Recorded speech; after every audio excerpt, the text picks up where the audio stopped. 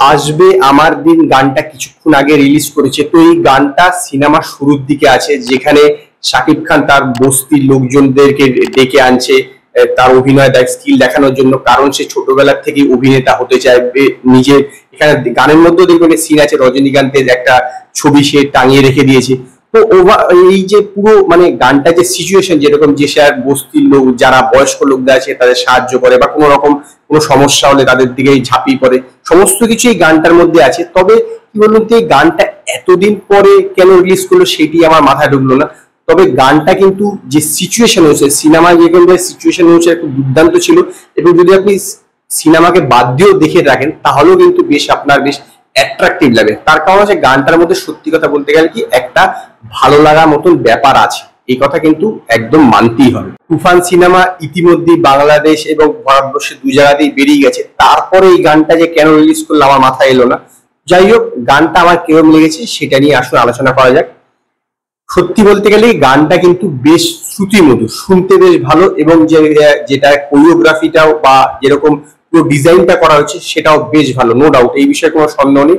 গানটা সত্যি খুবই ভালো গান।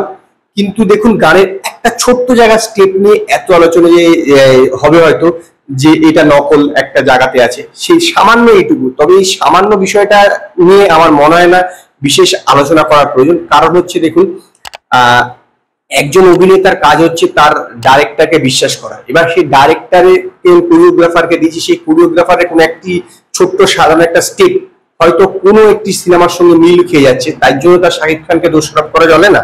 কাজেই আমার মতে গানটা কিন্তু একদম ইউনিক গান, একটি নিজস্বতা আছে গানটার মধ্যে। একটা কি বলবো, যে বাংলাদেশের যে একটা নিজস্বতা ভাব থাকার প্রয়োজন, সেই জিনিসটা কিন্তু এই গানটার মধ্যে ফুটে উঠেছে। ক্যারেক্টারটা সেরকম, তো সেই কারণেই এই গানটার মধ্যে সেই জিনিসটা ঠিকঠাক ভাবে ফুটে উঠেছে। নো ডাউট গানটা বেশ ভালো এবং স্টেপ গুলো ভালো। এছাড়াও শাকিব খান যেভাবে সেটাকে নিজেকে ক্যারি আউট করেছে পুরো গানটা জুড়ে, সেটাও আমার বেশ ভালোই লেগেছে। ওভারঅল গানটা সত্যি কথা বলতে গেলে কি খুবই ভালো গান, শুনতে বেশ ভালো লাগবে। আপনি যদি শুধুমাত্র ভিজুয়ালটাকে বাদও দিয়ে দেন, শুধুমাত্র আপনি গানটা যদি শোনেন সেটাও কিন্তু আপনার ভালো লাগবে, কারণ গানটা বেশ ভালো, অন্তত আমার ভালো লেগেছে। আর যদি আপনি ভিজুয়ালটাকে এবং একসঙ্গে শোনেন সেটাও বেশ ভালো লাগবে। ওভারঅল আসবে আমার দিন, এই গানটা কিন্তু আমার বেশ ভালো লেগেছে, এবং সেই কারণে আমি এই গানটাকে 5-এর মধ্যে 4খানা স্টার দেব। যদি আপনারা আসবে আমার দিন এই গানটা শুনে থাকেন, তো আপনারা আমার কমেন্টে জানাবেন আপনাদের এই গানটা কিরকম লেগেছে। যদি আপনাদের এই ভিডিওটি পছন্দ হয়, ভিডিওটিকে লাইক করুন, কমেন্ট করুন, শেয়ার করুন, আর নতুন আপডেটের জন্য আমার চ্যানেলকে সাবস্ক্রাইব করুন।